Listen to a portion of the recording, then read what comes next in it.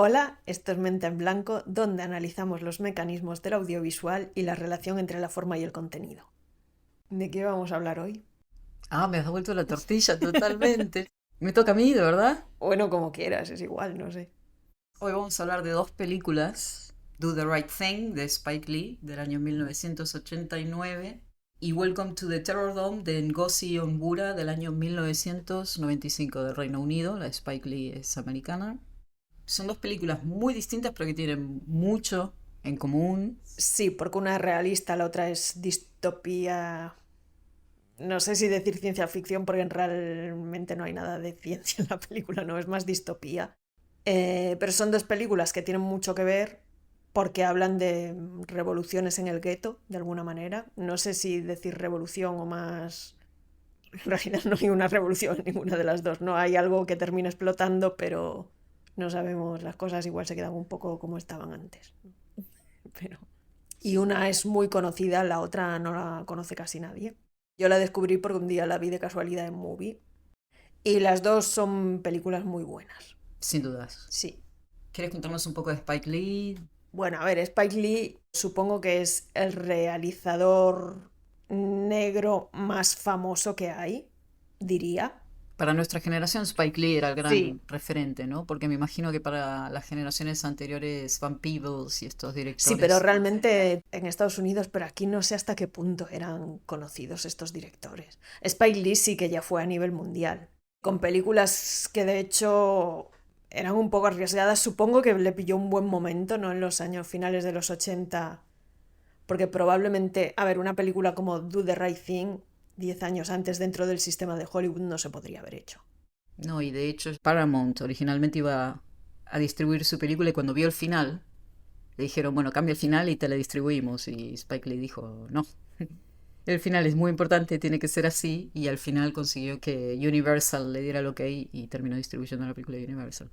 Do the Right Thing creo que es la tercera película que hizo, me parece. Largometrajes, Sí, porque hace el mucho largometraje, cortos sí. también, ¿no?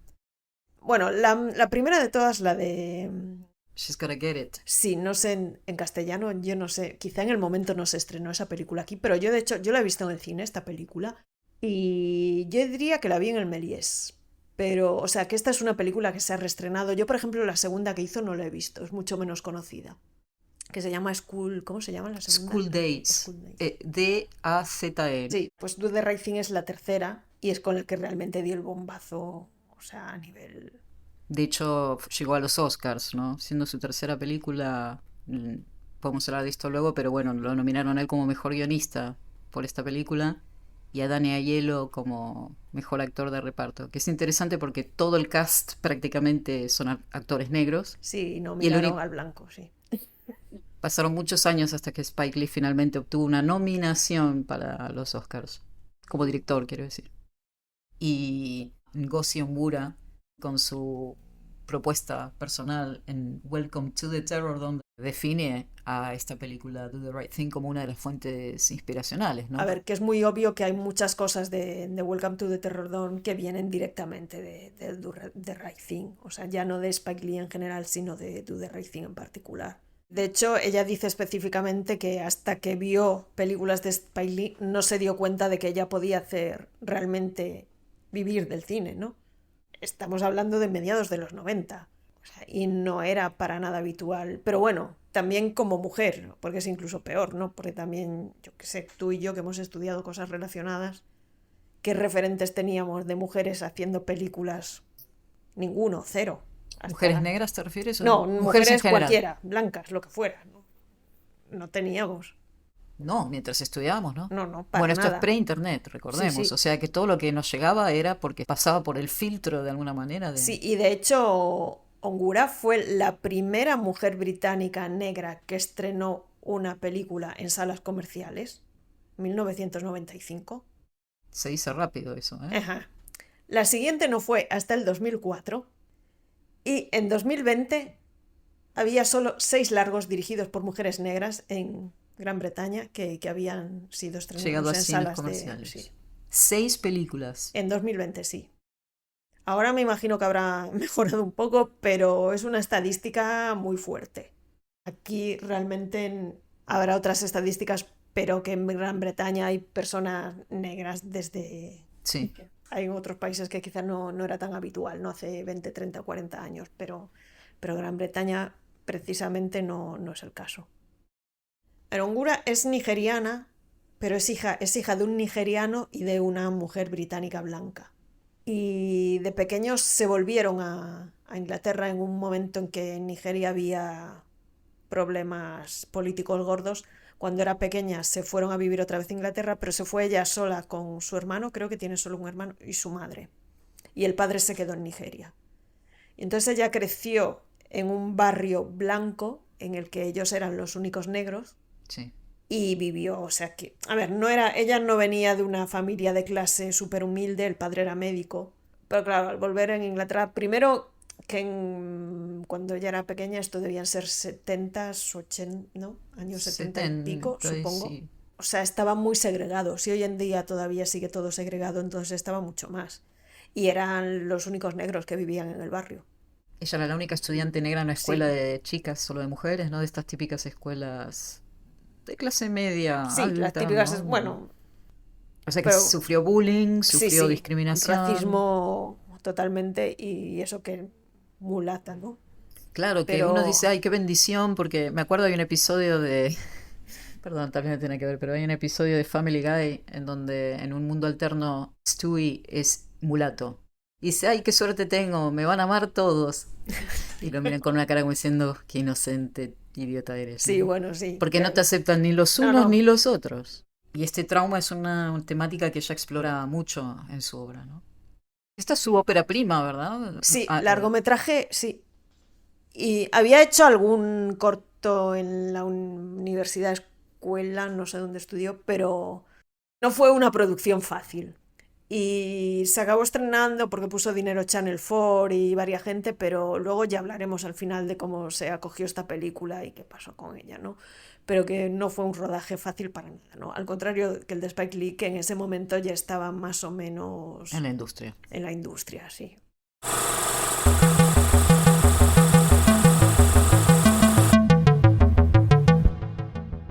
Do the Right Thing es una película que pasa básicamente en una sola manzana de Brooklyn, En una sola calle prácticamente. Sí, prácticamente.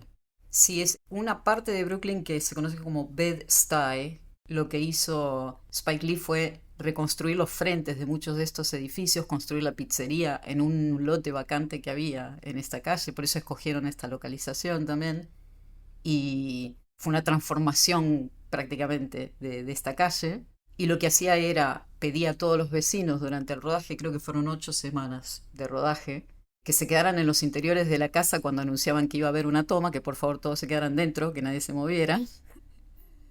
Y les pagó, digamos, unos honorarios a cada dueño de estas casas por propiedad y por cantidad de habitantes que había, no sé si $10 al día por cada habitante que había en las casas, ¿no? Como que de alguna manera intentó recompensar económicamente a la gente que vive el día a día en esta calle. Esta calle existe, se puede ver y hoy en día creo que este tramo de la calle, estos 100 metros, llevan el nombre de Do the Right Thing Way. Creo que es la única calle que lleva el título de la película que se rodó ahí. eso no lo sabía. Y bueno, es esa calle y es un poco un día cualquiera, pero que al mismo tiempo no es un día cualquiera porque es el día más caluroso de todo el año y todos sabemos ya que el calor no es precisamente bueno para aplacar nada. Spike Lee comentaba, por ejemplo, que él recordaba haber visto un episodio que él no se acordaba cuál es, pero yo diría que es un episodio de La Dimensión Desconocida, en el que si la temperatura superaba no sé cuántos grados Fahrenheit, iba a estallar una locura en toda la población. Y están todo el episodio como mirando un termómetro, ¿no? Habíamos hablado un poquito de esto cuando hablamos de los trenes y de estos espacios claustrofóbicos y estas ollas a presión. Por un lado tienes la olla a presión de lo que es el gueto o de lo que es una geografía muy muy limitada, muy diversa pero muy limitada físicamente, y por otro lado tienes el calor de la olla a presión que en algún punto ya sabes que va a estallar, ¿no? Hay algo que se va totalmente de las manos. No es una calle donde la mayoría de vecinos son negros, pero hay también puertorriqueños, sí. Y hay prácticamente solo tres personajes blancos que son los italianos de la pizzería, pero que no viven ahí. Claro, esta relación entre negros e italianos se repite en Jungle Fever y suceden en más o menos las mismas áreas de Nueva York. Y el barrio de los italianos es en Bensonhurst, donde viene Dani Aiello. Y de hecho su hijo Pino le dice todo el tiempo a su padre, ¿por qué pusimos la pizzería aquí en este barrio? Deberíamos habernos quedado en Bensonhurst y poner la pizzería ahí, ¿no? Sí. A ver, empieza con una música de saxofón que me parece ya llamativo porque es la típica música, ¿no?, con la que asocias la música negra americana, pero la música, digamos, no clásica, pero aceptada socialmente porque no tiene un mensaje, ¿no? En general el jazz o este tipo de música que es solo música, que me parece un contraste muy interesante con lo que viene justo después, ¿no? Porque básicamente toda la película lo que estás escuchando es Public Enemy. Sí. Y bueno, y el título que imita un dibujo de tiza, ¿no?, en la acera de los niños también del barrio. Y entonces es cuando sale el rap y sale Rosy Pérez bailando. Fight the power. We got to fight the powers that be. As the rhythm's designed to bounce with houses that the rock. Excelente bailarina, ¿eh?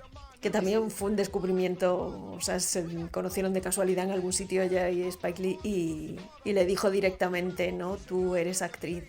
Y luego decía Rosy Pérez, que llamó a su hermana en plan, que este tío me ha dicho que soy actriz, ¿tú por qué crees que me ha dicho esto? Y la hermana le dijo, es que eres muy dramática. Pero bueno, sí, es la primera película de Rosy Pérez y los títulos de crédito sí que empiezan, o sea, primero con el rap, lo segundo, el color, que es muy icónico en la película, es todo, en general, todo el color de la película es agresivo, pero por una razón que no tiene tanto que ver con eso quizá, porque es el día más caluroso del verano y toda la película está hecha como en tonos cálidos, amarillos, hay muchos rojos, muy rojos, y en los títulos de crédito ya salen estos rojos así súper intensos. Y ella, bueno, con guantes de boxeo, ¿no? A veces con un vestido rojo, luego Sí, otras tomas de boxeo y otros con un vestido azul, porque el rojo y el azul en la iluminación y en el diseño de arte son muy marcados, ¿no? Muy... Una cosa que luego retomamos en Terror Dawn, podemos sí. hablar luego de eso. Es un día sábado. Se nota porque hay más gente en la calle, más Exacto. mucha gente en casa, sí. La película empieza con un despertador sonando. Wake up! Wake up, wake up, wake up! Up you wake, up you wake, up you wake, up you wake! Es un mensaje muy Un recurrente. mensaje llamando a la revolución, ¿no? Siempre, en todas las películas, me atrevería a decir, hay alguien diciéndole a otra persona, o diciendo directamente a cámara, como en School Days, por ejemplo, termina con Lawrence Fishburne corriendo en un descampado ahí en el campus, a cámara, llega así falto de aliento y grita a cámara. Wake up! Please, wake up. Tal que una termina como empieza la otra, ¿no? Exacto, esta noción de, bueno, hay que despertar. Y está esta voz constante de la radio del Mr. Señor Love Daddy. Mr. Senior Love Daddy, que tiene ahí su radio que los fines de semana transmite todo el día. Y este personaje muchas veces funciona como un hilo conductor de alguna manera, como un núcleo que nos recuerda que estamos viendo esto casi en tiempo real. Obviamente no lo es porque son 24 horas de transcurso de una jornada, ¿no? Como que un poquito mira desde fuera, desde su cubículo que tiene una visión más omnipresente, ¿no? Porque ya el hecho de estar en la radio y ser casi como una voz en off te da otra perspectiva también de lo que está sucediendo, ¿no? Sí, que está de hecho en el bajo de uno de los edificios de la propia calle. Como un testigo, Sí. porque no tiene pared, tiene una ventana en el estudio de la radio y está saludando a los Sí, vecinos. y además la película empieza, o sea, justo después del despertador hay como un plano, como una grúa que se aleja y vamos directamente del despertador a la calle. Que también, bueno, es interesante, ¿no? Eso de que hable, es el wake up directamente a esa calle, ¿no? A eso, lo que está transmitiendo. Sí, la calle entendemos que es temprano porque la calle en ese momento está prácticamente vacía, pero ya hay un tono amarillo que es como aquí hace un calor que Se te está mueres derritiendo y el son igual asfalto. las 7 de la mañana, ¿no? Sí. Y también otra cosa que aparece prácticamente al principio de todo es ya Malcolm X y Martin Luther King. Están todo el rato saliendo fotos de ellos. Sí. Porque, bueno, hay un personaje que vende fotos en la calle, ¿no? Pero que ya desde el principio te está diciendo que la película no va a ser cualquier cosa en la calle, ¿no? Que ahí hay un componente que va a hablar de algo más político, por decirlo de alguna manera, ¿no? La canción que baila Rosy Pérez también se llama Fight the Power, otro indicio un poco de lo que va la peli. Sí, que de hecho es una canción que se hizo especialmente para la película y que yo creo que es la canción más famosa de Public Enemy. Que luego tiene ecos en Welcome to the Terror Dome, podemos hablar. Sí. Y el protagonista de Do the Right Thing podríamos decir que es Mookie, en cierto sentido, ¿no? Aunque es muy coral la película, pero bueno, el protagonista diría que es él, que es el propio Spike Lee. Y también es interesante cómo se presenta, porque lo primero que vemos en Mookie es sentado de espaldas contando billetes, ¿no? Que ahí hay un componente de que tiene una preocupación por el dinero, entendemos. No parece que esté ahí en plan tío Gilito contando sus millones, más bien parece que está preocupado por llegar a fin de mes, ¿no? Aparte de todo el tema del racismo, hay también una importancia del dinero, porque de hecho es prácticamente también la película se cierra también un poco con el tema del dinero. Sí, sí. De la precariedad. Sí. Y en cambio vemos enseguida a Sal, que es el dueño de la pizzería, que aparece en un Cadillac, ¿no? Y es como la contraposición de este pobre tipo en su habitación contando a ver si puede pagar el alquiler mientras el otro aparece en un Cadillac. Que tampoco es que Sal sea mega millonario, ¿no? Pero es obvio que hay currante. Sí, es un currante, pero sí que es muy obvio que hay una diferencia, ¿no? de clase entre las personas que viven allí trabajando de lo que sea y este tipo que tiene una pizzería. Y aparte, poco después sabemos que Sal es el jefe de Mookie. Mookie trabaja en la pizzería y es el único negro, además, que trabaja en la pizzería. Porque en la pizzería están Sal y sus dos hijos, que son Pino y Vito. Pino interpretado por Joe Turturro. Sí, Vito otro actor es que trabaja mucho con Spike Lee. Richard Edson, que no es tan famoso, pero es un actor que seguramente habéis visto en películas de Jarmusch o de típico actor neoyorquino de estos, de cine independiente. Y también la contraposición esta, ¿no? De que Mookie está en el interior de su casa, Sal está en el exterior, ¿no? Como que puede más presumir de su situación. Y Mookie, claro, es parte de la... Entendemos que es parte como de esta comunidad que vive allí, mientras que Sal es alguien externo que está allí solo con sus hijos. Digamos que Sal no tiene ningún otro... nada que lo ate o enlace a ese barrio de ninguna manera, más allá de que tiene allí su negocio, pero no realmente una persona del barrio en sí.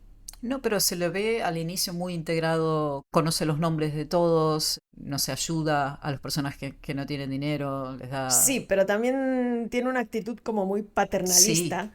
Sí, importante, sí. Y los hijos son muy diferentes, los dos hijos. Pino es como el típico que no quiere estar ahí, ¿no? Que tiene como cosas mejores que hacer en la vida.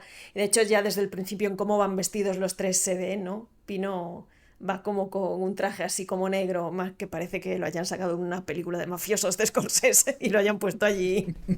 Haciendo pizzas al horno en el día más caluroso del año. Y se ríe como de Mookie porque no tiene coche, ¿no? Y mientras que él viene allí en el Cadillac, que en realidad es de su padre, ¿no? Porque ese es un pringado también. Pero sí, en cambio el otro hijo, Vito, es como un tío como mucho más bonachón, ¿no? Que está mucho más integrado en el barrio, es más amigo de Mookie.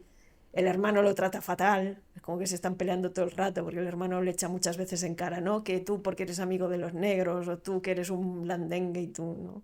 De los tres es desde luego el que es como más... Y Sal, sí, creo que, es como que un personaje que desde el principio no te cae mal, porque se le ve como que está integrado, ayudando a la gente, ¿no? Pero al mismo tiempo tiene una actitud que es como que no acaba de encajar. Hace ruido, ¿no? Sí. Que yo creo que ese ruido también deriva un poco de las continuas discusiones que tuvo Danny Aiello con Spike Lee, porque Danny Aiello quería que su personaje fuese agradable. Cuando Spike Lee estaba intentando tejer esta sutil diferencia entre ser agradable o ser paternalista, son dos cosas muy distintas. Y el personaje es agradable, lo que pasa que al mismo tiempo es racista. Claro. No es racista abiertamente, no es que se ponga allí a decir asco de negros, no, pero Es Sí de estos que que, actúan de forma políticamente correcta cuando lo estás mirando, pero cuando se le escapa su verdadero yo, deja sí, ver porque a la veces hilacha. siempre son como ellos o esos, ¿no? Nunca dice los negros o la gente del barrio. Es como que es racista, o sea, no es racista en plan nazi de te voy a quemar la casa, pero es racista, sí. A ver, y creo que en realidad la película va bastante por ahí, ¿no? Porque no hay realmente nadie en la película que tenga una actitud abiertamente.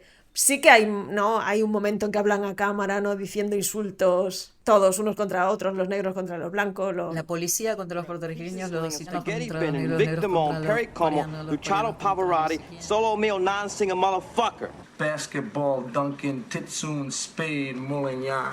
Some Olympic 88 Korean kickboxing sabaran bitch. Menudo, meter, Puerto Rican cocksucker? Yeah, you! Chocolate egg cream drinking, bagel and lots, banana for this Jew asshole. Yo! You need to cool that shit out! Es que eso es interesante, que más que un gueto es un crisol de muchas culturas que hay, porque justo enfrente de la pizzería italiana hay una floristería, un estanco Sí, una coreano. especie de súper pequeñitos y que son coreanos. Y luego están los puertorriqueños que no sabemos, que están allí sentados en un portal, ¿no? En el otro Imaginamos extremo de la por qué calle viven allí, será, sí. sí. Y sí, esto es un poco como se plantea, ¿no? Que aquí hay alguna, no sé, una problemática de gente que se cruza en un contexto de barrio de clase obrera muy concreto. Hay gente de todas las edades.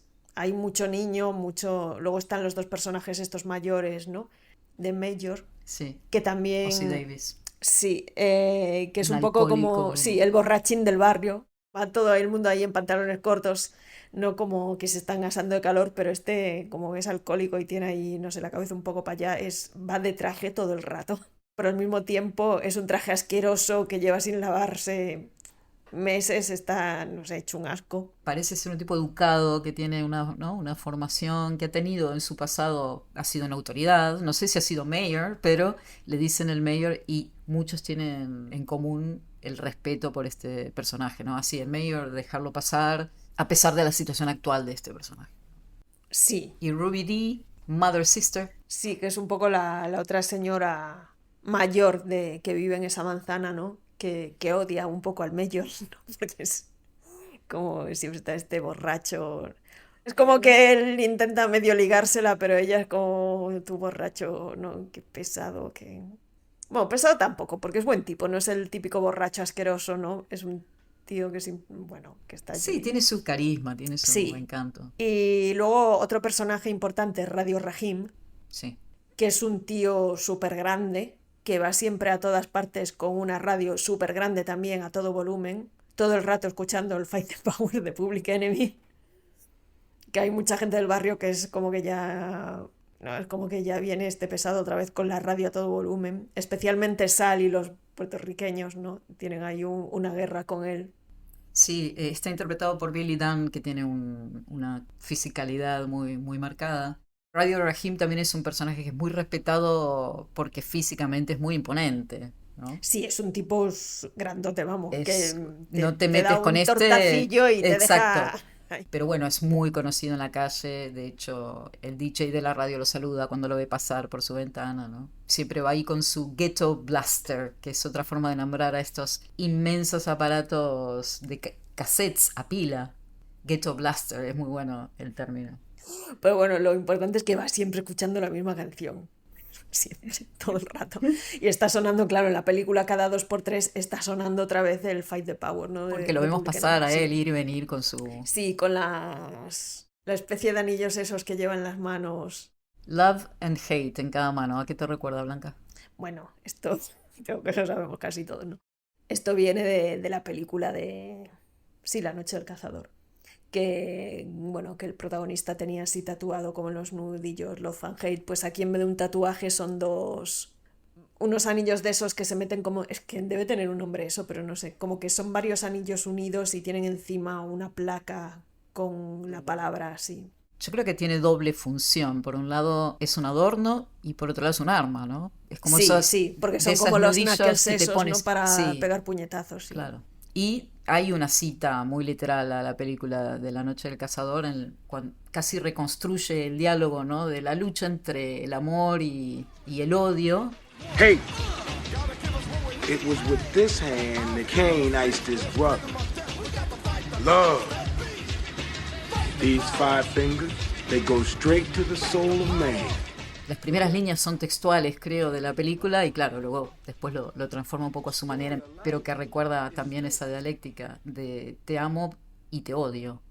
Luego tenemos, es que hay tantos personajes que no sé si hay que hablar de todos, Bastante, pero bueno, sí. de Rosy Pérez habría que hablar porque es justo es la especie de novia de Mookie, que tienen un hijo, pero ella vive con su madre y Mookie vive con su hermana, que es además la hermana de Spike Lee, de verdad, Jade, que se llama Joy Lee. Y Rosy Pérez, bueno, es otra pringada que está allí con el niño, no se ha quedado embarazada, está ahí, la madre le está diciendo todo el rato qué hace con su vida, ¿no? Que es un niño, que el padre no le hace ni caso. Es interesante y volveremos a este tema de estas parejas interraciales en Welcome to the Terror Dome, pero que aquí simplemente se presenta para definir a Spike como que evidentemente la quiere, siente mucho cariño por ella y por su hijo Héctor, pero no está...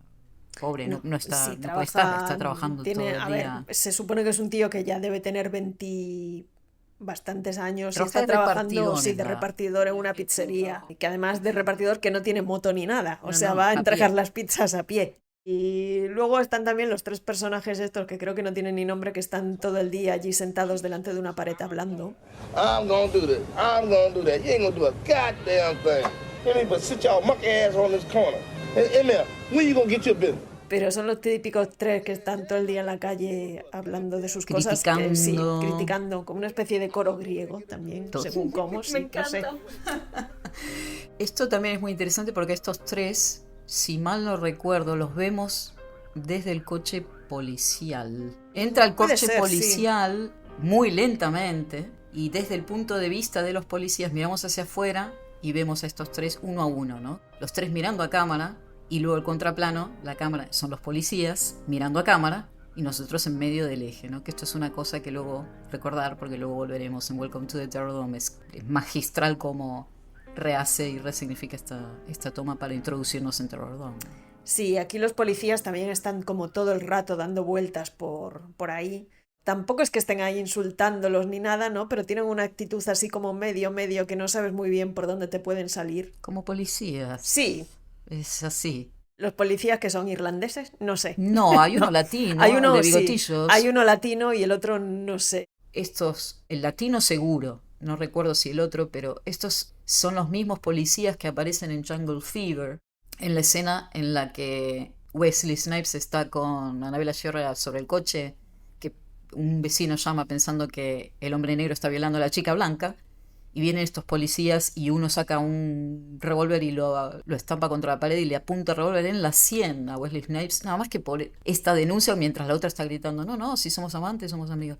Y claro, si tú has visto esta película, porque Jungle Fever vino después, ya tienes el corazón en la boca porque sabes quiénes son estos personajes y lo que terminan haciendo al cierre de esta película. Me parece un gesto interesante de Spike Lee, de aprovechar también esa dinámica meta entre un film y el siguiente. Y luego está también el otro personaje, Bugging Out, que es Giancarlo Esposito. Sí. Que es un poco típico pesado, que se queja de todo. Que quiere hacer lío por hacer lío. Sí, un poco sí, pero que además luego no... Tampoco lo hace él, es que está motivando a los demás a hacer lío por hacer lío. Sí, pero bueno, que se queja de cosas varias, no todo el rato. Pero hay una escena específicamente que no sé si podemos hablar ahora, es que no recuerdo cuándo pasa realmente en la película, la del gentrificador. Sí. John sabe. Sí. Que es curioso porque ayer, cuando lo estaba viendo, pensé, probablemente esta es la primera vez en la vida que escuché la palabra gentrificador, porque aquí no se estaba hablando todavía de esto a finales de los 80. Ajá. Aquí vino bastante después. Pero sí, hay un momento que está en la calle y entra un tío blanco en una bici, que es prácticamente el único, o sea, blanco anglosajón. Sí. Es el único que hemos visto hay en toda... Sí. Y lo arrolla directamente, o sea, entra en la bici y como que lo empuja así para un lado, le pisa la zapatilla, ¿no? Que, las Air sí, las Air de Jordan. Esto es sacrilegio. Totalmente. Y sí, la cámara cambia enseguida como un ángulo bajo para mostrar a Bugging Out como en una posición así como más de cabreo, ¿no? Y aparecen enseguida un grupo de negros como para apoyarlo, ¿no? Dejando claro que el blanco es el elemento extraño. De repente el blanco se encuentra ahí en un plano, ¿no? Como rodeado de negros. Y el blanco lleva una camiseta de Larry Bird, justamente, que es como el único jugador blanco, ¿no? De la época. Y además es gracioso porque es como el mismo perfil de gentrificador de ahora, ¿no? El típico con su bici así como moderno, pero que en realidad es como Medio hipster, pero, sí. Sí, como hipster. Pero nació en Brooklyn, Sí, ¿no? Ese es dice, el remate de esa escena. también tiene una bici, que es Sí. algo que no tiene nadie en el barrio. Sí. Pero menciona que es el dueño de la casa, que la ha comprado y que él tiene todo el derecho del mundo a vivir allí, cuando probablemente ninguno de los que están allí tienen un piso propio. Y en un momento dado se menciona la palabra gentrificación, que a mí me llamó mucho la atención. Digo, hostia, ya se estaba hablando de esto en los años 80 y seguimos un poco igual, ¿no? Bueno, todo lo que pasa en esa película, lamentablemente, Ya, seguimos un poco. sí, la verdad es que todo sí. En realidad el personaje este de Bugging Out luego también es un poco el que más... Es el Mookie detonante. y él son los que se quejan de que no hay negros en la pizzería, porque en la pizzería hay una pared que está llena de fotos de Frank personajes famosos Sinatra, Bobby De y son Niro, todos italoamericanos. Al Son Pacino. Al Pacino, Sofía Loren también está, ¿no? Sí. Son todos hombres menos Sofía Loren, creo. Y un poco que los negros del barrio se quejan, ¿no? De porque si son ellos los que están allí comiendo todos los días, si son ellos los que pagan, ¿por qué solo hay blancos en la pared? ¿Y cuál es la respuesta? Bueno, porque el dueño de la pizzería sale Sal dice, es mi pizzería, y pongo lo que me en dé mi la gana en las pared, paredes, ¿no? si quieres poner tu muro de la fama, haz tu propia pizzería y pon tus fotos. Sí, luego también hay una conversación de Mookie con Pino un poco sobre esto, que Mookie le dice, pero si todo el mundo que te gusta a ti son negros, o sea, todos los jugadores de baloncesto, todos los Prince, ¿no? Pino, all you ever talk about is nigga this and nigga that. And all your favorite people are so-called niggas. It's different. Magic, Eddie, Prince are not niggas. I mean, they're not black. I mean, let me explain myself. They're not really black. I mean, they're black, but they're not really black. They're more than black. It's different. It's different. Yeah, to me, it's different. Y además es gracioso porque Pino lleva cadenas de oro. Y además él le dice, y además tu pelo no, porque el es pelo de John Turturro es como pelo a lo afro, ¿no? Mookie le dice, si tu pelo es más afro que el mío, ¿no? Y es como, y tú eres súper racista, pero es como que nos tienes envidia todo el rato, ¿no? Sí. En realidad todos los personajes tienen como esta especie de dualidad, ¿no? Sí. Te odio, pero al mismo tiempo, porque también a los coreanos es como que los Love, odian, hate. pero al mismo tiempo les dan envidia, porque han conseguido, ¿no? Es un poco esto, porque los negros estamos aquí sin hacer nada y los coreanos tienen todo su tiendita en el... Está en el barrio solo hace un año y ya tienen una tienda y ya no sé qué. Bueno, sí, pero tú estás aquí todo el día al sol tomando cerveza, encima cerveza gratis, porque le van a pedir la cerveza gratis a coreano. Sí, o sea que también creo que es una película que no es nada, o sea, no es autocomplaciente con nadie, No. O sea, no es que esté Ese es el punto de la retratando película. mal a los blancos y a los... No, o sea, todos tienen aquí como medio... O sea, por el hecho de que Spike Lee sea negro, no está diciendo aquí nosotros somos perfectos y maravillosos. No, o sea, hay un problema sistémico que va mucho más allá de todo eso. Y que, claro, como decía, que ya es una problemática que Spike Lee viene tratando en sus películas de cómo también los negros se tratan mal entre sí, y por estupideces, ¿no? Hay un momento que es súper sutil en la película, pero personalmente creo que es importante, que es cuando el mayor, este personaje alcohólico, lo detiene en un momento a Mookie, que va a hacer una entrega de una pizza, y le dice, Mookie, te tengo que decir algo muy importante. Y Mookie le dice, ¿qué? Haz lo correcto, haz lo que debas, do the right thing. Y él se queda, ¿eso es todo lo que vas a decir? Eso es todo, ok. Y así se acaba la escena. Y tú dices, ok, esto tiene que ser relevante porque es el título de la película. Y es relevante en el sentido de que hay frases hechas no solo en la comunidad negra, en todas las comunidades minoritarias está esta frase de You got to do what you gotta do. Tienes que hacer lo que hay que hacer, que de hecho se menciona en otro momento, no sé si en voz de Pino, ahora no me acuerdo en voz de quién, que es tienes que hacer lo que te toca, lo que tienes que hacer. Y es una frase que justifica muchas cosas que hacen a partir del racismo en muchas ocasiones, y lo tienes que hacer porque estás defendiendo tu raza, o estás defendiendo tu familia, o estás defendiendo lo que fuera. Y este le dice, haz lo correcto, do the right thing. Que creo que ahí ya se va introduciendo también un poco la problemática de esta película, de cuáles son las guerras que tenemos que batallar, cuál es el enemigo que tenemos Sí, que porque, batallar de hecho, y con a qué ver, conducta ética y moral tenemos que hacer las cosas que Sí, hacemos. porque Mookie de entrada es como el personaje más pasivo de alguna manera, pero es el que al final hace lo que desencadena. El sí. problema es que cuando tú dices haz lo que debas y no explicas nada más, es lo mismo que cuando dices hay que hacer lo que hay que hacer. Cada uno puede interpretar para sus propios intereses y para darse licencia para hacer cualquier cosa, y me parece que es importante un poco destacar el título de la película y la relevancia de este comentario totalmente inconexo con todo lo que está pasando, ¿no? Las tensiones van creciendo a lo largo del día. Sí, es una película que está usando todo el rato Dutch angles, Sí. que en castellano me imagino que se debe llamar plano holandés o algo así. Sí. Pero curiosamente, ayer busqué pensando de dónde viene esto de Dutch Angle, porque pensaba, porque desde luego del cine holandés no puede venir, porque Me Holanda suena. no es un país que destaque mucho por el cine. Digo, igual viene de la pintura o algo así, y no, y resulta que originariamente era Deutsch, de alemán, Angel, viene del cine expresionista alemán, pero luego como Dutch, se parece, acabó en Dutch Angle, que no tiene nada que ver, y Blasfemo. sí, un poco.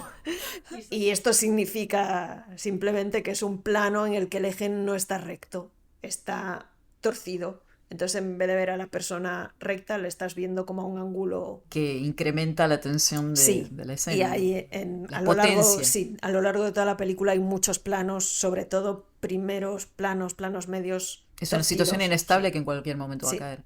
Y aparte, generalmente mirando a cámara, ¿no? Sí. Generalmente haciendo una apelación directa a nosotros como espectadores. Sí, bueno, la cosa es que van a la pizzería de Sal, Radio Rahim y Banging Out otra vez a quejarse de por qué no hay negros en la pared. Y empiezan a discutir. Radio Rahim trae su Ghetto Sí, Blaster todo el rato a tope. Sí, y Sal ya hay un momento en que se vuelve loco y saca un bate de béisbol y aplasta la radio.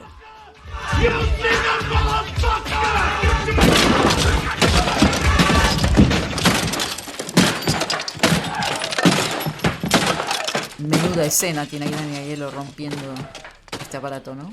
Ante la mirada atónita de Radio Rahim y de todos los que están presentes ahí. Sí, pero en parte también, o sea, lo entiendes, porque, o sea, a mí realmente me volvería loca un tío en el barrio todo el día paseándose con la radio escuchando la misma canción, o sea, Con el calor del horno encendido Sí. de la pizza.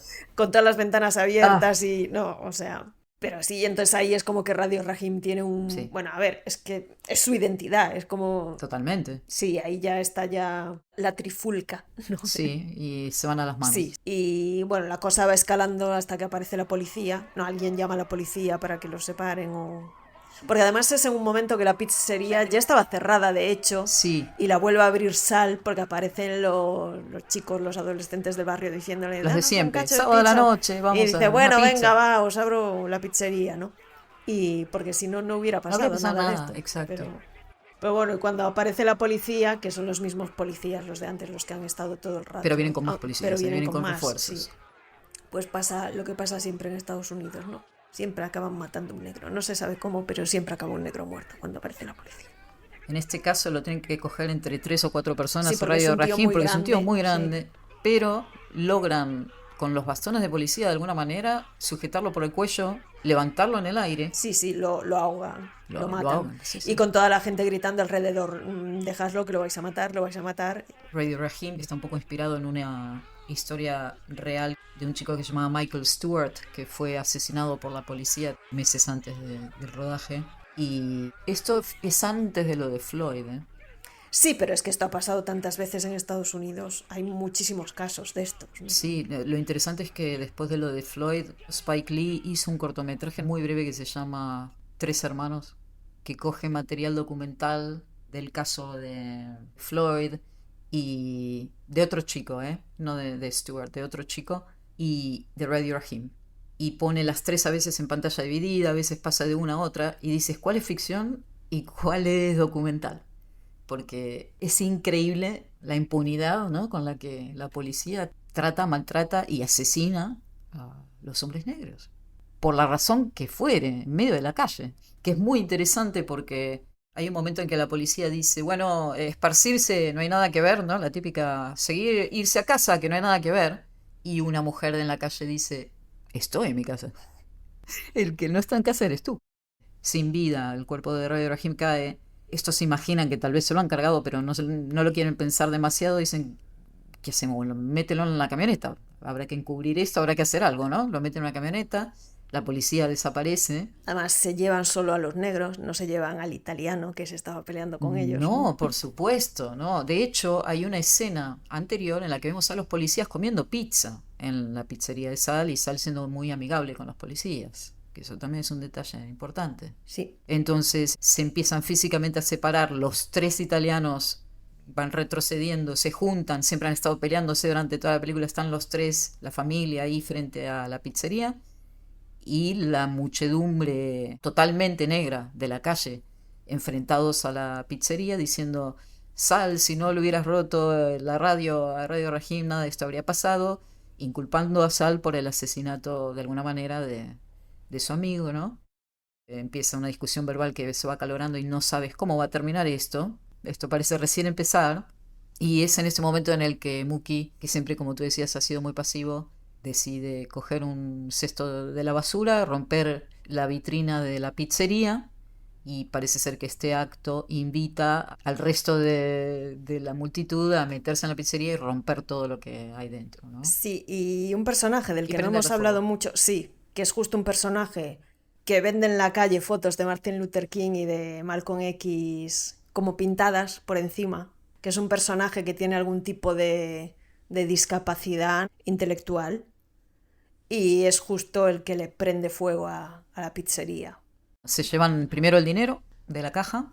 Sí, pero bueno, en la caja había solo monedas, sí, ¿no? bueno. Ya no estaba allí los billetes ni nada, pero... O sea que no le queda nada de nada. Nada, porque es un tipo de estos de edificios que solo el bajo, que es medio como una construcción de estas que no es muy... Se prende fuego completamente. Totalmente. Y escuchamos los gritos desgarradores de Mother Sister llorando por Rahim. Mientras todos están, muerte a Sal y no sé qué, la pizzería y no sé qué, escuchamos los gritos desesperados, llorando, desgarradores de ese personaje gritando por Rahim, que ya hace rato no está, hace rato que se lo llevó la policía. Se concluye la noche con este caos, con esta tragedia, estas múltiples tragedias, obviamente unas de mayor relevancia que otras, y a la mañana siguiente Mookie despierta y lo primero que piensa otra vez es en el dinero, piensa que es domingo y le toca cobrar. A pesar de lo que hizo la noche anterior, que de alguna manera es el causante de que se haya perdido su propio trabajo, sí, es un poco... y va a demandar el sueldo que le debe de la semana. Sí, a reclamarle el dinero.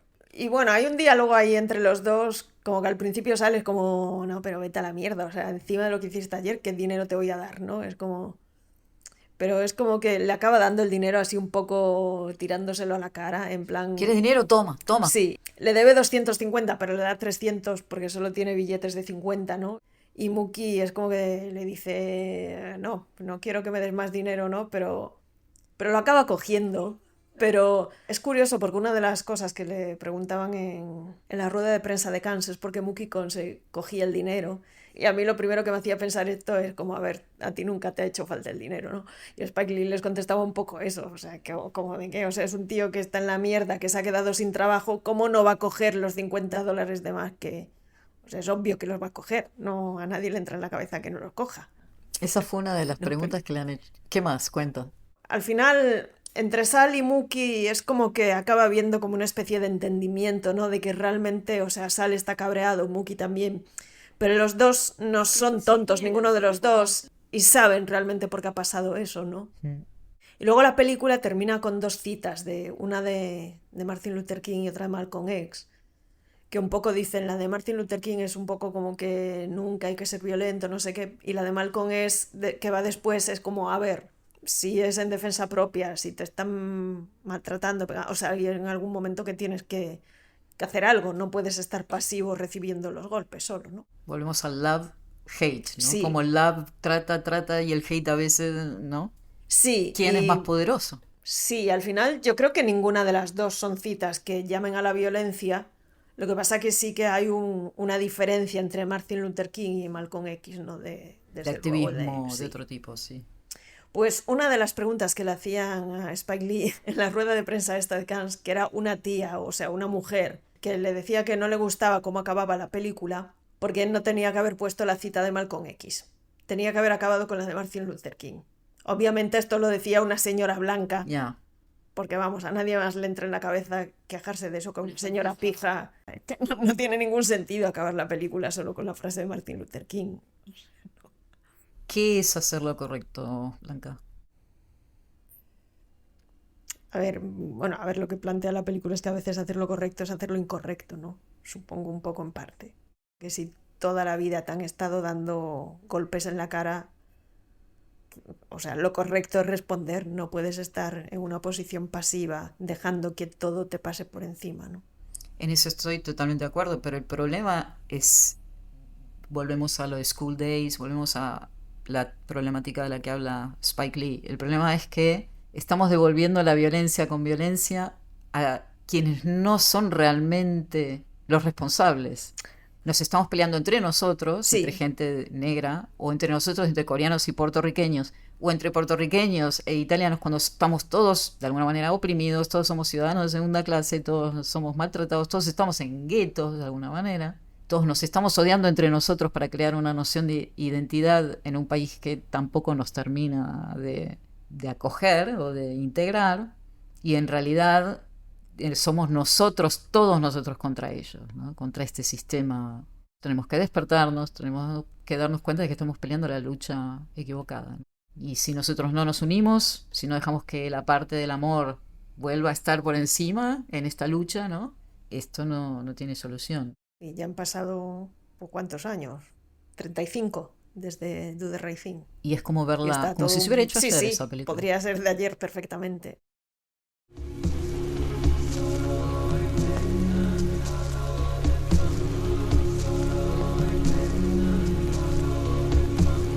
Vale, pues Welcome to the Terror Dome empieza con música africana y unos títulos de crédito súper sencillos. Bueno, hay un intertítulo antes de empezar que habla del Igbo Landing. He leído que Igbo les llamaban los colonos, que en realidad son Igbo. Son una de las etnias más extendidas en África, sobre todo en Nigeria. Y bueno, ya hemos dicho que ella es nigeriana y su padre era nigeriano, ¿no?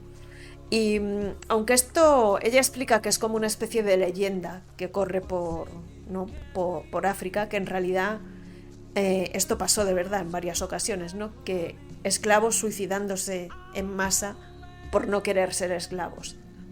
Y el más famoso, que es el que hace referencia a la película, fue en 1803, pero hay más anteriores, o sea, hay más en el siglo XVII y anteriores, pero este fue en la costa de Georgia, donde caminaron hacia Dunbar Creek, que es como una especie de río pantano, y se suicidaron en masa ahogándose. Eran 75, yo he leído que solo recuperaron los cuerpos de 13 y no se sabe realmente si el resto murieron, escaparon o qué pasó con ellos. Agrega al mito, ¿no? Esto. Sí, es una leyenda muy extendida y que de hecho hay como una especie de ciertas rencillas entre las diferentes etnias que fueron esclavas, porque siempre como que los Igbos se consideraban como un poco por encima de los demás porque habían hecho esto de suicidarse en vez de someterse al hombre blanco, ¿no? Y que había una especie ahí de rivalidad porque había otras etnias que pensaban que los hacían de menos por no haberse suicidado. Sí, también es la creencia del Igbo, pensar que cuando mueres, en realidad no mueres, entras en una especie de limbo y volverás a nacer en otra situación, ¿no?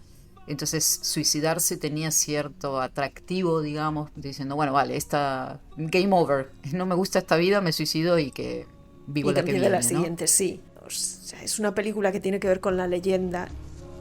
Y bueno, lo primero que vemos son unos pies encadenados, que ya entendemos perfectamente por dónde va la cosa, ¿no?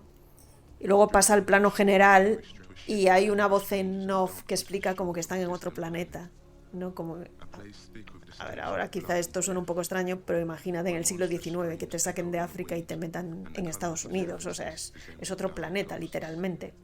We would have thought we were in the land of the dead, had the elders not already told us that the land of the dead was where our ancestors lived and the spirits roamed. But these people were not our ancestors. También es un poco coro griego, ¿no? Como los otros de Haz lo que debas. Pero al mismo tiempo yo creo que tiene que ver con la tradición oral literaria africana. Lo que pasa que no sé tanto de esto como para meterme más en el tema. Y he leído que los Igbo, que tienen además una tradición de poesía narrativa como muy importante, y creo que eso está en la película, porque hay una voz en off todo el rato, que es una mezcla de voz en off, la radio, pero que me imagino que viene más por ahí, por la tradición africana, que por realmente nuestra tradición no occidental. Y en un contraplano vemos a los esclavistas, a los blancos, la diferencia está subrayada de mogollón de maneras distintas, ¿no? Es como unos están sobre el barro, otros están ahí como en la arena blanca limpia, la ropa no tiene nada que ver, los esclavos están prácticamente desnudos, los otros están como demasiado tapados, ¿no? Como con chaquetas, chalecos. Uno es un grupo unido, los otros son como están separados en la arena, ¿no?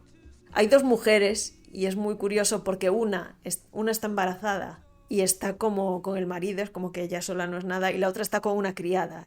Y las mujeres están como una detrás ahí al fondo y otra casi que se sale ya por la izquierda del encuadre. Sí, totalmente secundarias. Sí, y ahí la esclava no está al mismo nivel que ellos, está como detrás, no tapada porque está con un paraguas como tapándola, una sombrilla tapándola del sol. Y hay un negro como que le sonríe a la chica embarazada y la chica embarazada le devuelve la sonrisa, ¿no? Y es como al lado de su marido. Sí. Y el otro empieza a toser como que está medio enfermo, ¿no? Y dicen, este está enfermo, nos lo podemos cargar. Y esa de repente dice, no sé si me gusta tanto, ¿no? Sí, pero al mismo tiempo es la única, ¿no? Como cuando los maltratan es la única que muestra algún tipo de empatía. Sí. Y los actores de esta escena son los mismos que salen después en la película cuando saltamos a la época contemporánea. Sí. Y entonces es cuando aparece el personaje ¿no? Traen a un personaje como que lo están castigando, como para demostrarle a los esclavos nuevos, ¿no? Que no pueden hacer nada porque les van a hacer cosas feas.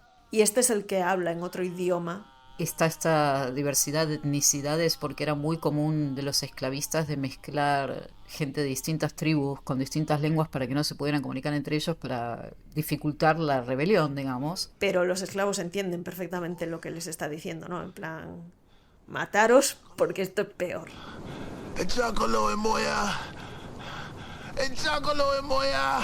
Y deciden suicidarse a ser esclavizados. Sí, ellos creen que van, a una especie de limbo, purgatorio, no sé cómo queramos llamarlo, y se ve, y las imágenes hundiéndose, ¿no? Ahogándose en el agua son... Sí, la cámara está debajo del agua, sí. Los vemos... De repente ese amarillo dorado se convierte en verde, alga, ¿no? De agua llena de vida. Sí, y el limbo ese es un poco el transdin, ¿no?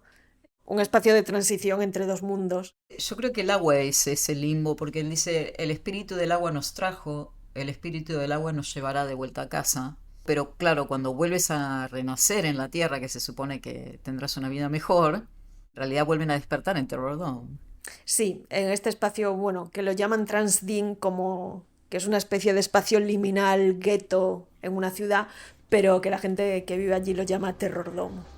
Si me permites, Blanca, yo diría que es literalmente un gueto porque está cerrado con puertas y todo. Está cerrado, no es, con verjas. Es más como un campo de refugiados. Sí, al que solo entra la policía y los que vienen a comprar droga, básicamente. Sí. If you don't know your past, then you don't know your future.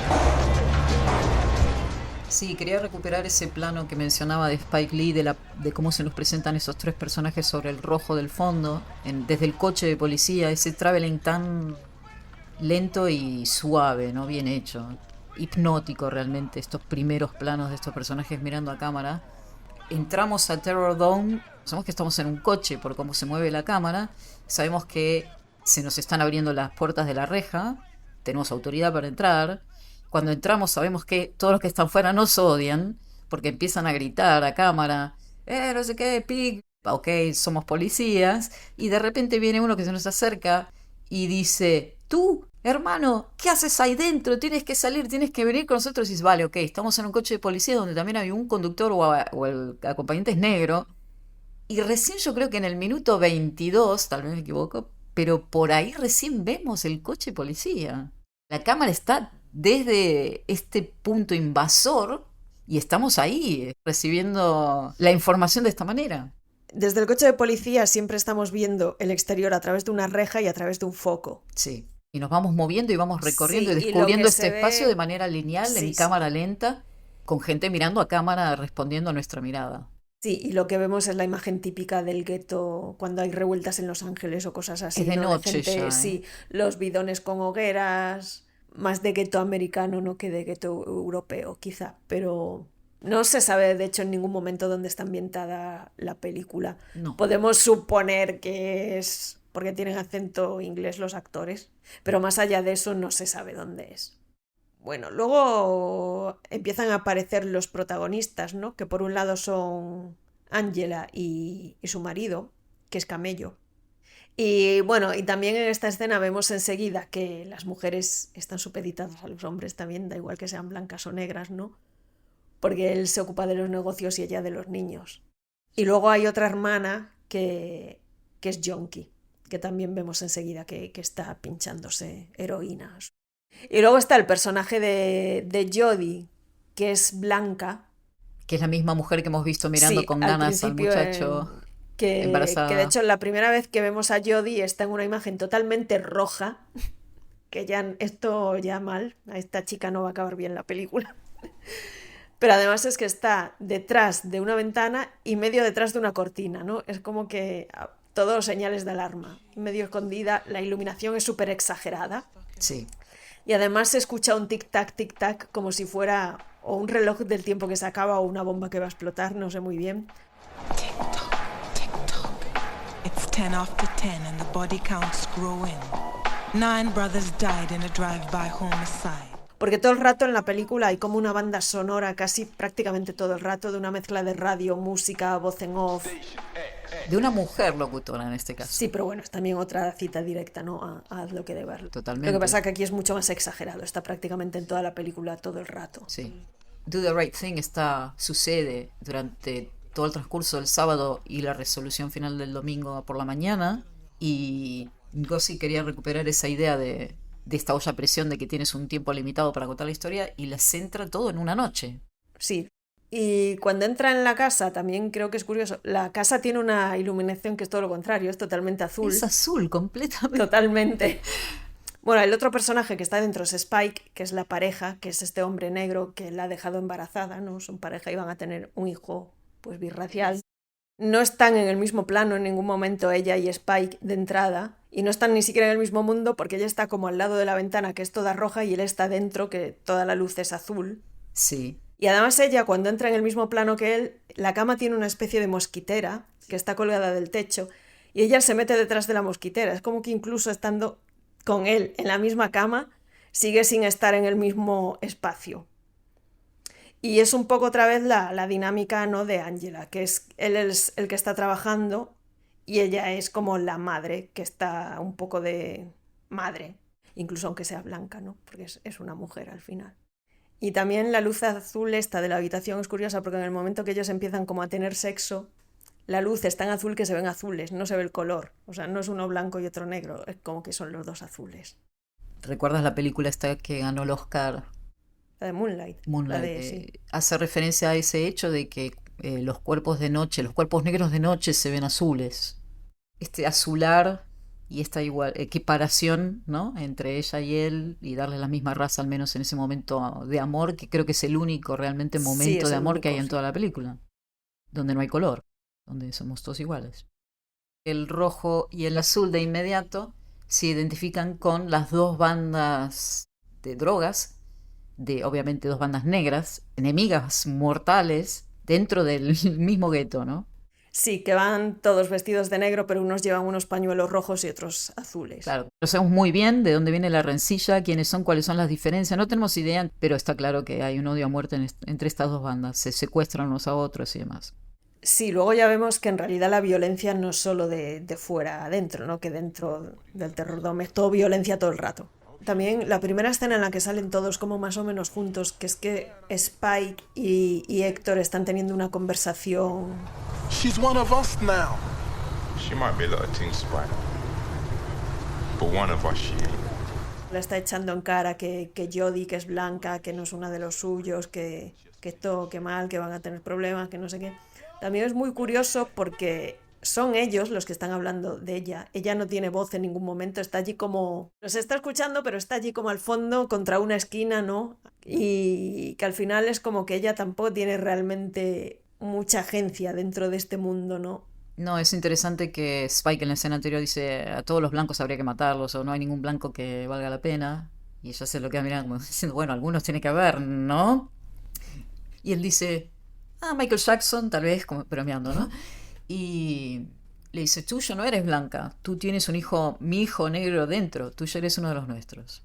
Como un conducto de la raza, un conducto de la identidad que él le ha dado a ella, de alguna manera.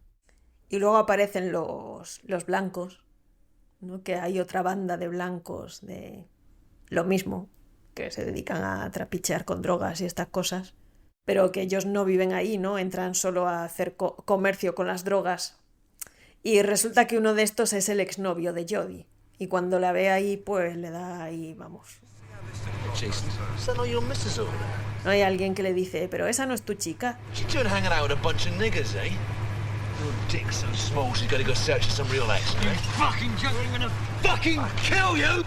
Sí, bueno, y aquí ya se establece un poco, ¿no?, el gran problema, ¿no?, de que hay alguien ahí que reconoce... Bueno, al final es que está ¿no?, que ya no es ni negra. O sea, la odian los negros, la odian los blancos, la odian todos. Menos Spike, parece que es su...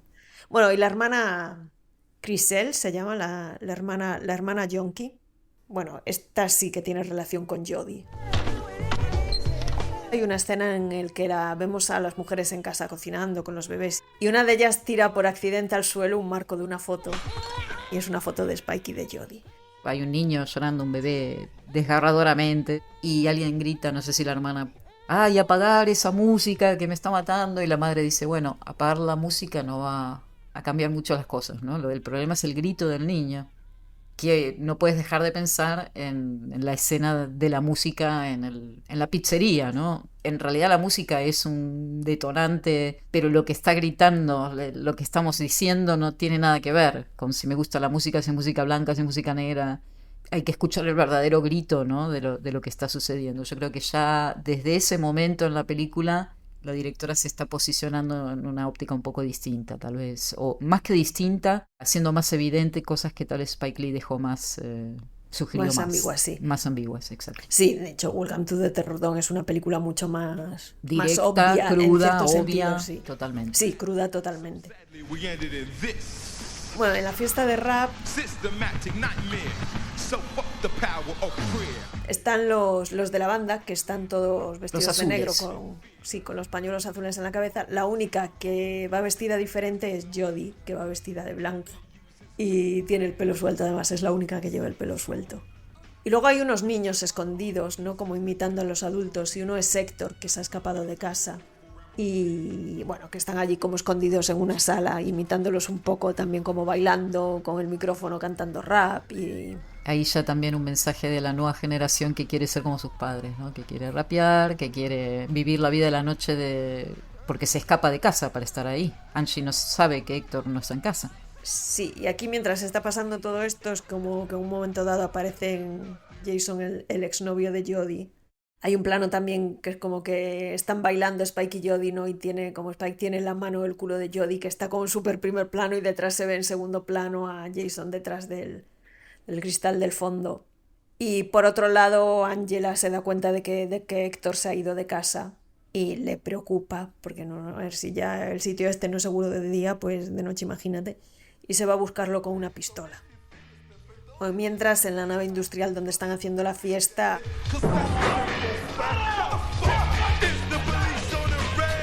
hay una redada de la policía, pero es en realidad porque están compinchados con la banda de blancos.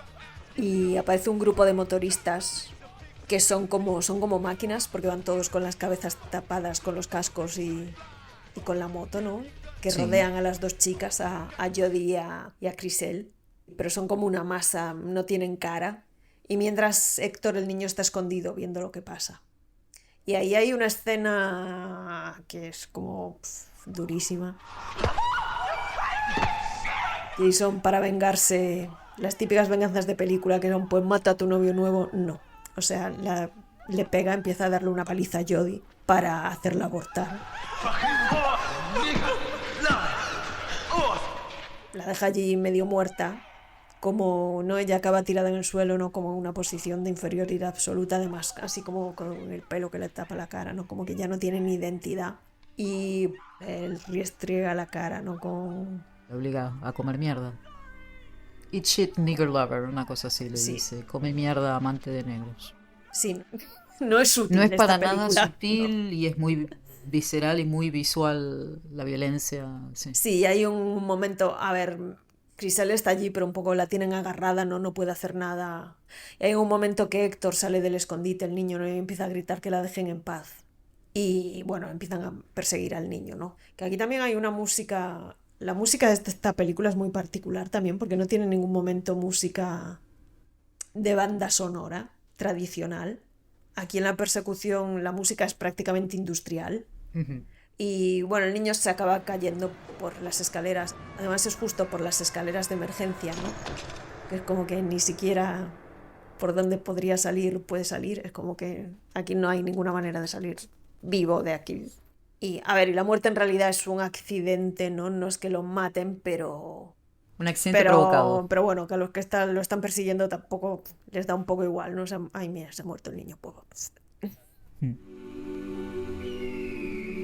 Aquí, cuando aparece el niño muerto, vuelve a aparecer, por primera vez, vuelve a los esclavos en la playa. Sí, porque está en el limbo de repente Sí. este niño, ¿no? ¿A dónde va? Sí, está otra vez en el limbo ese del principio, pero bueno, creo que también es una manera de enlazar directamente lo que está pasando ahora con el colonialismo, ¿no? Como que la situación que hay no viene de la nada, no es porque unos sean blancos, o sea, viene de una situación de siglos y siglos de... Que es una cosa fundamental en toda la filmografía de Ongura.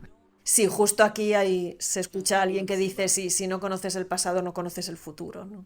Pero el niño no despierta, creo que solo tenemos un No, plano de él ahogado en el agua y también yaciendo sobre la arena, ¿no?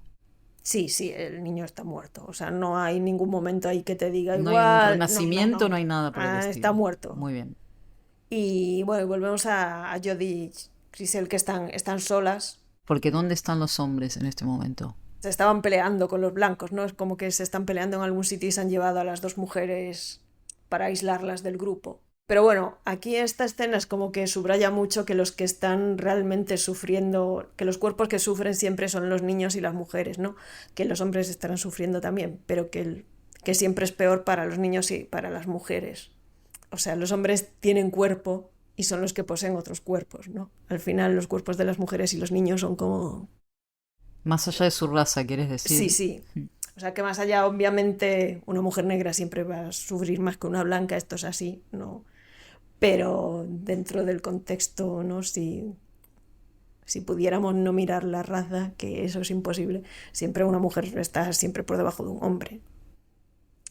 Bueno, al final Angela acaba encontrando el cadáver de su hijo y lo coge, también es muy curioso, lo coge como en la típica posición de la piedad con la, ¿no? La Virgen Sí. con Cristo recién crucificado. Pero bueno, enseguida cambia el plano total y ella hay un plano de ella gritando como al cielo, como que se ha roto algo, ¿no? Totalmente, que ya no se puede arreglar de ninguna manera.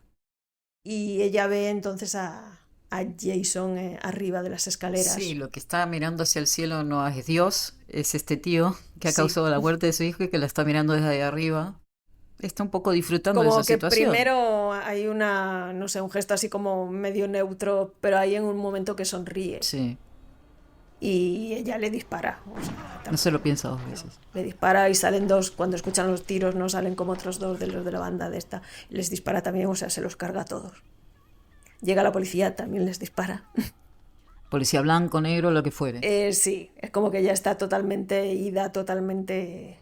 Ángela se ha convertido en el ángel vengador, ¿no? De alguna manera. Sí, mientras pasa todo esto, los hombres están como performando la violencia, ¿no? Sale esta escena que están como ensayando artes marciales, boxeo. Pero son otros hombres, ¿no? Yo creo que son los del otro... Los ¿no? rojos. Nos llevan pañuelos rojos, sí. Sí, están como ensayando. Para mí es una Sí. escuela como la de Cobra Kai, Sí, es un poco así, sí. haciendo prácticas y pegando golpes mirando hacia la cámara, ¿no? Algunos Sí, un poco corriendo así, hacia sí, la sí. cámara. Sí, por eso digo que es un poco como performatividad de la violencia, ¿no? En vez de... Sí, En paralelo con la situación por la que está pasando Angie. sí, claro. Angela, bueno, la termina cogiendo la policía y se la llevan a la comisaría. Y es como que ya ahí, es como que deja de ser una persona directamente, porque ahí ya la empezamos a ver a través de las cámaras de vigilancia. Y hay una policía que la está mirando, que es una mujer, ¿no? Que la está mirando como a través de las pantallas, ¿no? Y ahí Angela es una especie, no sé, a mí me daba la impresión de que era como una especie de cuerpo secuestrado por la representación, ¿no? No sé, la típica imagen racista de los negros es pues los negros son siempre malos y están siempre en la cárcel y no, y es como que a ella la vemos a través de las pantallas con el número de... Sí, haciéndole las fotos y la policía llama a su casa, ¿no? Como para decirles, la tenemos aquí. Y es ahí cuando nos enteramos de que el nombre de la abuela es Rosa Parkson. Y la policía, la blanca, entra en el cuarto donde tienen a Angela, ¿no? Que de entrada puedes pensar, bueno, al menos es una mujer igual. Y no, lo que hace es entra para pegarle. Es un poco para decir que las mujeres están por debajo de los hombres, pero las mujeres blancas están por encima de las mujeres negras, ¿no? Exacto. Hey, you're not sticking that fucking nigger next to me! El padre de Héctor está en la policía y él lo traen aprisionado al líder de los rojos a esa misma cárcel. Los ponen en rejas separadas y en el medio hay una tercera reja de un tipo blanco. Blanco muy nazi además. Muy nazi, sí. espantoso, de estos que skinhead de medianoche. Y estos dos, sin decirse nada, ultra enemigos, sin decirse nada, con señas de un código que no sabemos de dónde sacaron, si es que han compartido un pasado común, no lo sabemos, establecen un plan, estos dos logran escaparse inutilizando a los policías, ¿no? Y el tercero que estaba en el medio dice, bueno, ¿no? Y yo también, me van a dejar salir a mí también, ¿no? Brother, ¿no, amigo? You're not gonna leave me in here! Come on, we're in this together! Y lo matan a este de un disparo. You fuck! Sí, es como que hay un entendimiento entre los dos, ¿no? Se dan cuenta por fin de que el enemigo, no eran ellos. Que es otra vez haciendo más obvio un poco el mensaje de Spike Lee de alguna manera. Sí. Después creo que ya lo que vemos es un funeral del niño. Y por otro lado Angela está en la cárcel encerrada y Jodie está como sola en una habitación ahí. Se han olvidado completamente de las mujeres. Es como que... Es muy extraña esta procesión cuando llevan el cuerpo de Héctor sin vida. Como que se fusiona el presente con el pasado, parece un rito más bien antiguo, también las prendas que llevan, sí, ¿no? lo ponen como que hacen un dibujo, ¿no? Como en el suelo y sí. Sí, también hay una escena como que vemos a los negros marchando sobre la playa, como recuperando el territorio, ¿no? Sí. Donde los convirtieron en esclavos. Y ahí escuchamos la voz también de Malcolm X. Son testimonios reales de Malcolm X que se citan en audio, que dice: la libertad es algo que tienes que lograr por ti mismo y estamos dispuestos a pagar el precio. El precio de la libertad es la muerte. Sí, y... Estoy cansado de ir a funerales de negros asesinados por blancos. Estoy cansado de esta nación que permite que esto suceda. Hemos tenido suficiente. Les haremos saber a ellos y al mundo que nunca más toleraremos esto. Sí, mientras los hombres negros están haciendo la revolución, pues Jodie está en su habitación abortando y Angela está... Bueno, Angela se la cargan, la ahorcan, la policía, y o sea que las dos mujeres medio protagonistas acaban... Y bueno, Jodie coge el feto abortado y lo lleva al mismo sitio donde murió Héctor. Este niño birracial, no olvidemos, sí, y lo deposita en el centro de esa figura dibujada en el suelo. Hay un momento en el que Jodie ve por la televisión que los de la banda azul, liderados por el padre de Héctor, toman control de una estación de televisión y bueno, ha comenzado una revolución. Las noticias empiezan a comunicar que la revolución se ha extendido más allá del gueto. Vemos imágenes de coches en llamas. Sí, mientras Jodie está allí en la habitación con que ya le da todo igual, ¿no? Sí, está totalmente ida. Eso, y bueno, y luego la película termina ya directamente con los hijos del principio saliendo del agua y rompiendo las cadenas, y Angela, que también está muerta, ¿no? Rompiendo, se ve como en la ciudad de día, se ve como tirando de las cadenas para romperlas. Y las rompe. Y las rompe. Pero bueno, ya está muerta.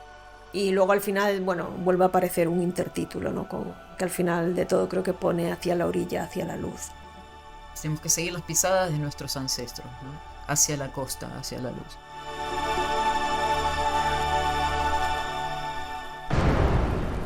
Producir esto fue un marrón muy gordo. No tenían un duro. El productor es su hermano. Sacaron dinero de donde pudieron, de debajo de las piedras, hasta el punto de que en un momento dado su hermano conoció de casualidad en un bar a una gente que se ofreció a darle dinero, que luego resultó que eran traficantes de drogas.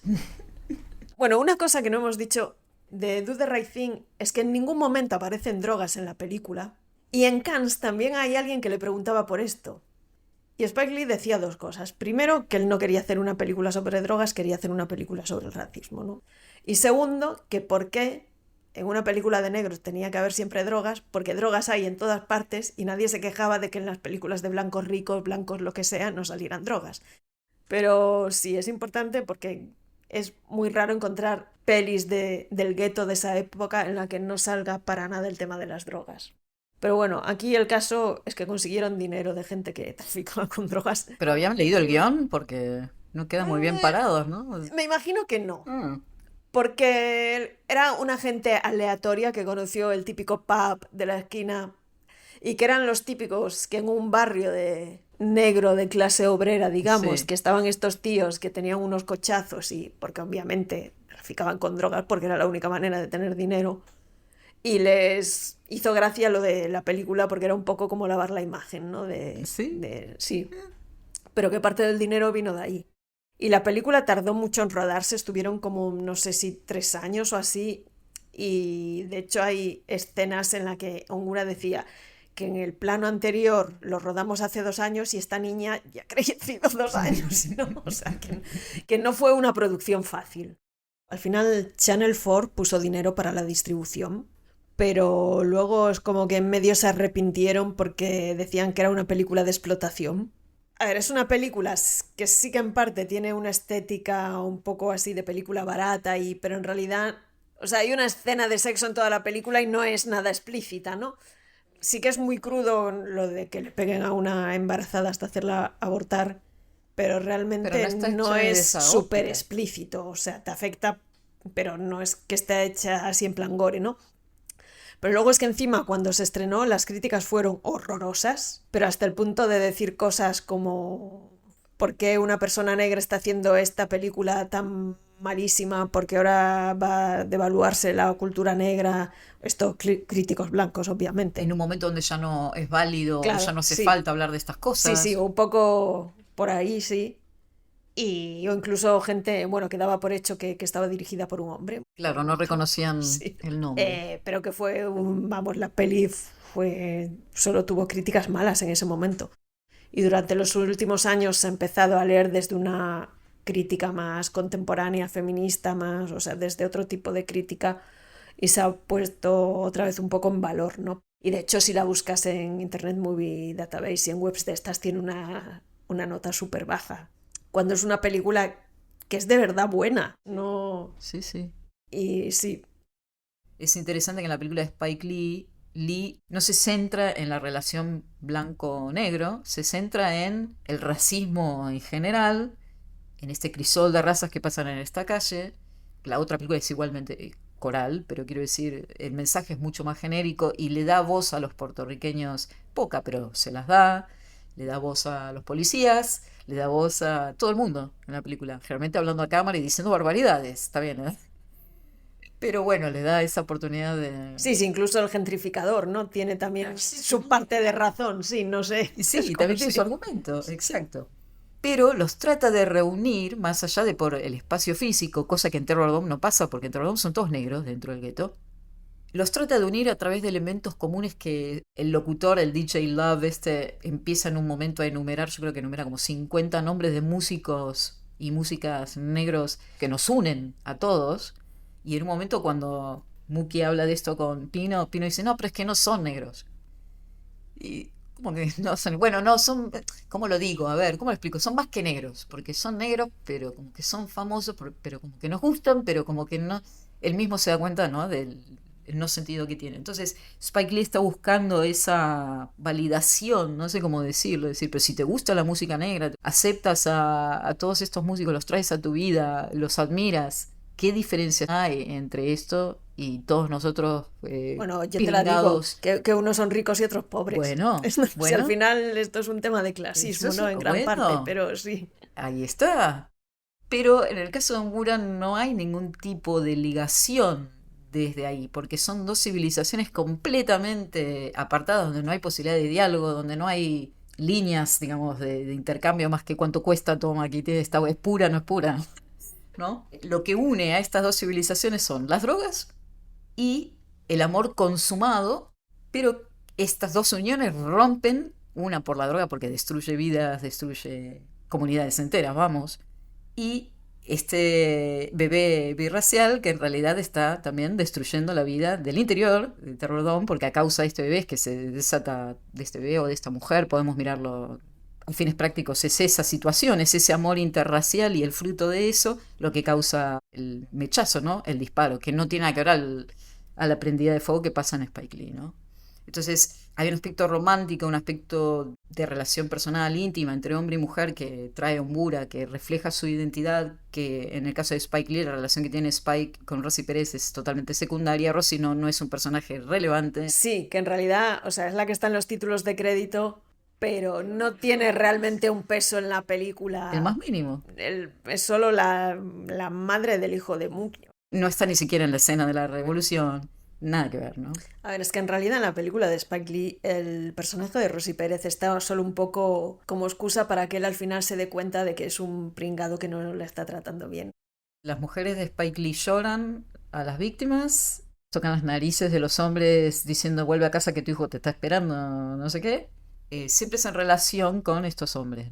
Mientras que en la película de Ngozi está claro que las mujeres se nos presentan así, desde el canon, y poco a poco van ocupando distintas posiciones en la narrativa. Tenemos una mujer embarazada de un niño o una niña birracial que tiene que pasar por esta situación increíblemente violenta. Está inspirado en una amiga de ella, de la directora, que un exnovio blanco le pegó una paliza hasta hacerla abortar. Y la primera que realmente se da cuenta de quién es el verdadero enemigo aquí es Angie, de alguna manera. Angie es la que identifica de inmediato que no tendremos que estar peleándonos entre nosotros, ¿no? Lo importante aquí es la vida, el valor de la vida humana, ni que hablar de los niños, porque a Angie se nos presenta con esta voz en off.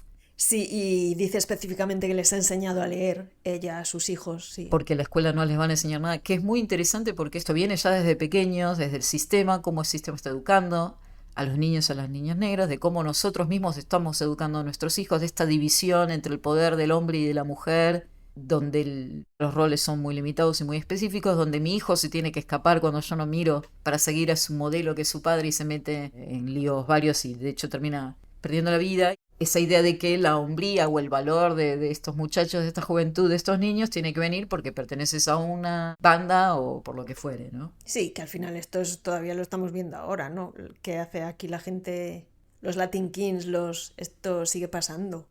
Quiero decir que es una problemática esta de que no hay maestros negros y que los adultos hombres, ¿dónde están?